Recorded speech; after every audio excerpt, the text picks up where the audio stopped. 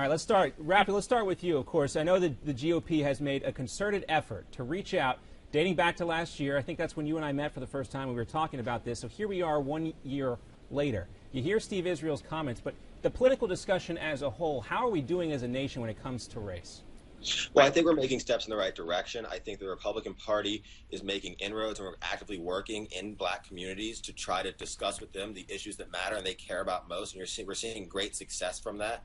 We have a CR chapter that just got started in Morehouse College, which is a predominantly black college down in Atlanta. We held a luncheon here during Black History Month to celebrate some of our trailblazers. We had about 400 attendees, and these are black people. Not all are conservatives, but they're willing to hear, and they're interested, and they're liking what we're doing and what we're seeing. They're interested in us fighting for their vote, every vote, and it's a permanent campaign we're setting up. So they're glad to see these people in their communities. Now we have staffers from the community that now are working as on behalf of the RNC in those communities to spread the message as much as possible and to make it so people who haven't heard from us before are hearing from us now.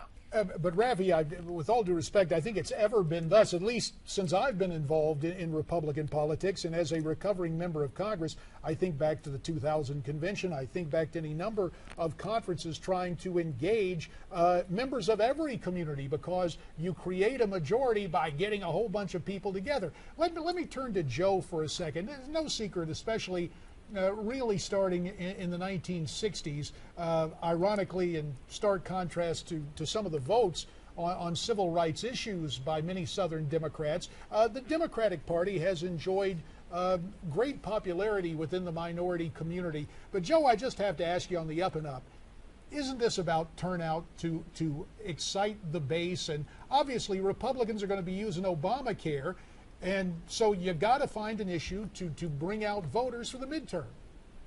I don't believe this is about turnout. I actually disagree with the analysis that it's about getting your base to vote. If both parties got just their bases to vote across the country, we would end up in tied elections everywhere, because there is a persuadable middle section of this country. And you know, just like them, I think America aspires to be a country that doesn't discriminate.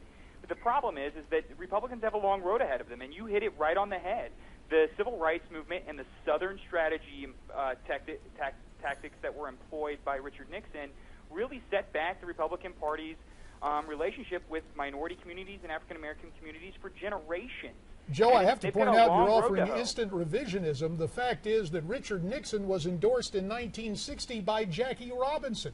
The fact is, in the 1960s, a majority of Republicans, albeit in the minority, voted for the Civil Rights Act, and now you want to rewrite history and say because Southerners may be conservative, they're trying to rope in some sort of racist regime. I can tell you, as a guy who grew up in North Carolina but represented Arizona, I look for every vote. So I think you're painting with a broad brush. I appreciate what you're trying to do to set the table for the election, but to offer that kind of rhetoric simply points out to me that this is going to devolve into a four-letter word, race. I actually don't believe race is the biggest stimulus here. I think it's about intolerance within the Republican Party.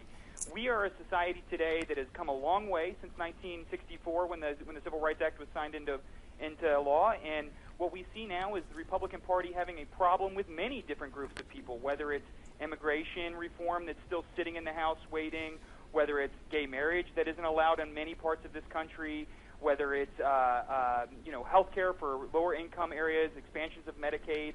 These are all issues that are used by the modern Republican Party to sort of divide the electorate and push people into a second-class citizenry. But why can an individual who loves a partner and wants to spend their life committed to that individual not do that like a straight couple? But if we can bring Raffi Williams back into the conversation, you suggested, even yourself, that you were trying to generate more minorities to join the Republican Party, that you said, you know, we're making progress there. So wouldn't you say that's been a weakness of the Republican Party, not having enough minorities supporting the Republican Party?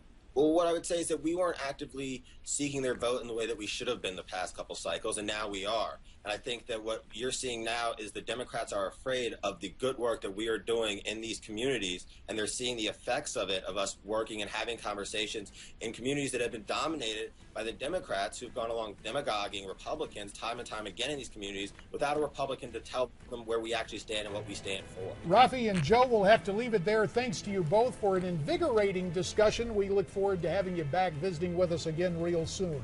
And we want to know where